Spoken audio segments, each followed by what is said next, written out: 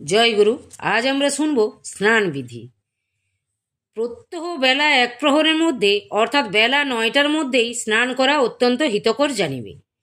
তৈলমর্দন কর্তব্য নহে, কিন্তু যাহাদের অভ্যাস আছে তাহাদের অগ্রে সর্বশরীরে খাঁটি সরসব তৈল উত্তম রূপে মর্দন করিয়া স্নান করিতে হইবে। পায়ের বৃদ্ধাঙ্গুলির নখে, নাসিকা, কর্ণ ও নাভিকুণ্ডের মধ্যেও তৈল দিবে। যদি সর্দি অর্থাৎ শ্লেষ্মাধিক্য না থাকে এবং শরীর ভারবোধ না হয় তবে শীতল জলে অবগাহন স্নানই প্রশস্ত, কিন্তু শীতকালে যাহা শরীরের পক্ষে সুখস্পর্শ এরূপ ঈষদুষ্ণ জল দ্বারা স্নান করিবে। স্নানের সময় গাত্রমার্জনী দ্বারা সর্বশরীর উত্তম রূপে মার্জন করিবে। পরে আর্দ্র বস্ত্র ত্যাগ করিয়া পরিষ্কৃত শুষ্ক বস্ত্র পরিধান করিবে। পট্টবস্ত্র অর্থাৎ রেশমি কাপড় প্রশস্ত জানিবে।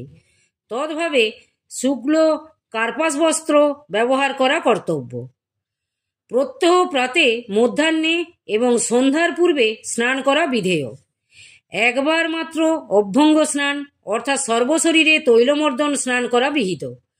যদি জ্বর ও সর্দি থাকে তবে অবগাহন স্নান না করিয়া উষ্ণ জল দ্বারা গাত্র পরিষ্কার করিবে।